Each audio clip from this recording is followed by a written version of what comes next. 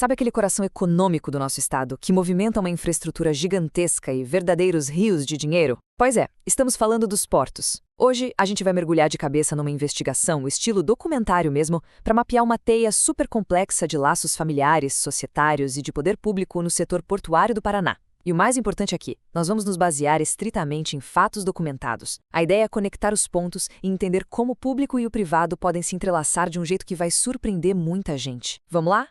Para a gente entender essa teia sem se perder, vamos seguir 5 passos fundamentais.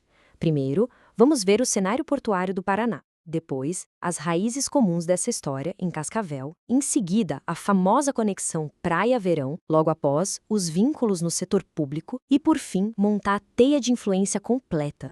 Então, começando com a parte 1, o cenário portuário do Paraná. Para dar o pontapé inicial, a gente precisa olhar bem para o ambiente disputadíssimo dos portos paranaenses. É uma área dominada por contratos milionários e disputas por áreas estratégicas gigantescas. Mas o que realmente chamou a atenção da reportagem original, o que acendeu aquele alerta amarelo, foi uma anomalia nos registros. Sabe aquele padrão que não para de se repetir? Pois é, 2 sobrenomes simplesmente não saem da papelada: Emerick e Bombonato. Eles estão ali o tempo todo, orbitando operações de cifras bilionárias, como o Porto Ponta do Félix e a estrutura da FTS. E é justamente em volta desses grandes negócios que esses 2 núcleos familiares começam a se aproximar de um jeito muito peculiar. E isso nos leva à parte 2, as raízes comuns lá em Cascavel. Para entender a força real dessa ligação, a gente tem que voltar um pouco no tempo. Olha só como essa linha do tempo é reveladora. Eles não se esbarraram por acaso na capital ontem, sabe?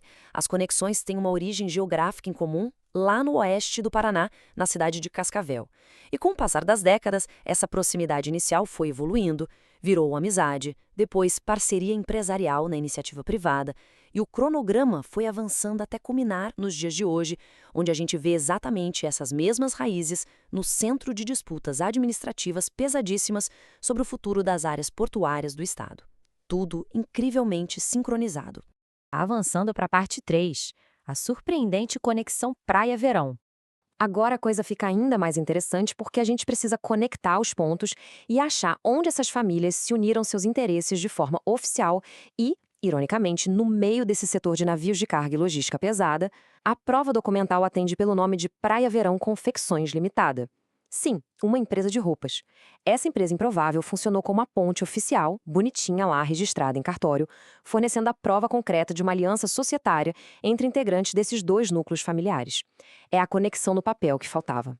Dá só uma olhada em como as peças desse quebra-cabeça se encaixam aqui. De um lado da operação logística, a gente tem o Adriano Dutra Emery, advogado super atuante em processos de peso do setor portuário. Do outro, Valdécio Bombonato, homem forte ligado à operação das áreas e dono de estruturas como a FTS. Mas aí, no centro dessa relação, a Solange Emery, que é irmã do advogado Adriano, aparece como sócia direta da Lígia Paz Bombonato, filha do operador portuário Valdécio. E um detalhe bem importante, tá? A Lígia também já foi diretora financeira da própria FTS. Ou seja, não é só uma coincidência de sobrenomes jogados ao vento. É uma parceria de negócios oficializada entre parentes diretos de quem atua forte nos portos.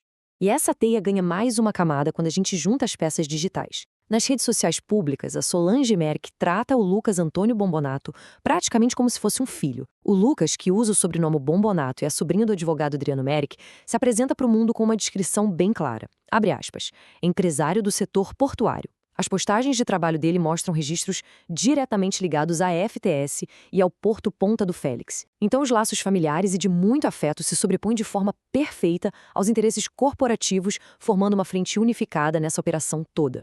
Certo? Agora vamos para a parte 4, os vínculos no setor público.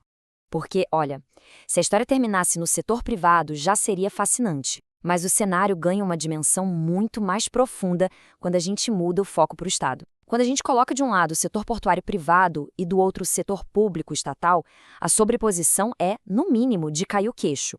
Os interesses portuários privados demonstram estar profundamente entrelaçados com órgãos vitais do governo, operando tentáculos na Assembleia Legislativa do Paraná, a nossa ALEP, no DETRAN, na Casa Civil e, bingo, diretamente na própria autarquia dos portos do Paraná. Vamos listar as posições exatas para a gente entender o tamanho disso. Olhando para a família Emerick, nós temos o Gabriel Emerick Ávila atuando lá na LEP. Aí temos a Bárbara Kaiser, também da família, ocupando uma função alojada exatamente onde? Dentro da estrutura dos portos do Paraná. E temos a Silvana Emmerich, mãe da Bárbara, que já teve passagem pela Casa Civil e hoje está no Detran. É uma presença, digamos assim, vasta, super estratégica e perfeitamente distribuída em órgãos de decisão do governo. É muito bem amarrado.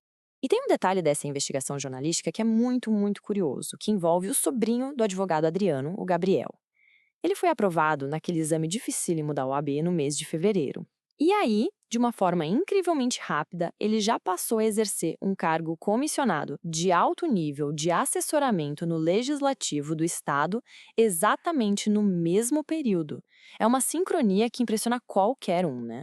E para a gente não ficar só no campo das ideias e ancorar isso na realidade dos cofres públicos, o contra-cheque mostra uma cifra exata: R$ 14.648,68.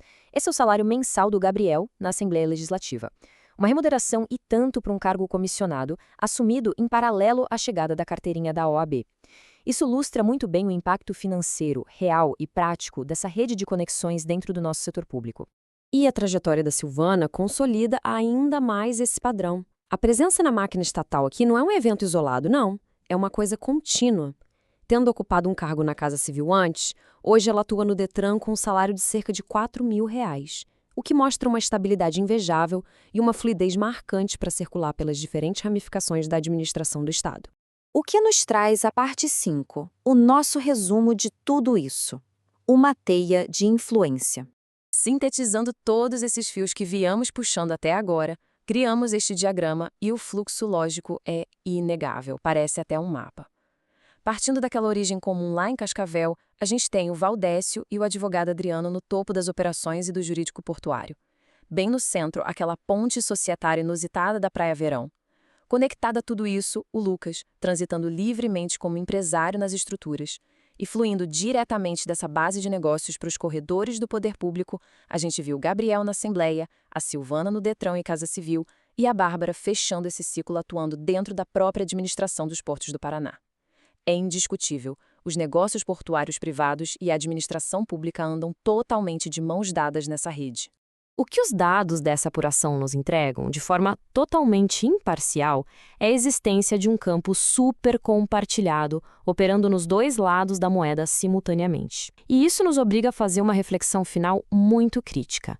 Num setor bilionário, onde o futuro de áreas vitais do Estado está em jogo, de que forma esse cruzamento absurdo de parentes, negócios e cargos públicos impacta a transparência que a sociedade precisa e exige? Com tanto dinheiro dos nossos impostos envolvidos, a linha entre os interesses privados e o bem comum nunca, mas nunca mesmo, deveria ser turva. Fica o questionamento fundamental sobre como proteger o interesse público quando estamos diante de teias de influência tão complexas e enraizadas. Muito obrigado por acompanhar essa análise e até a próxima.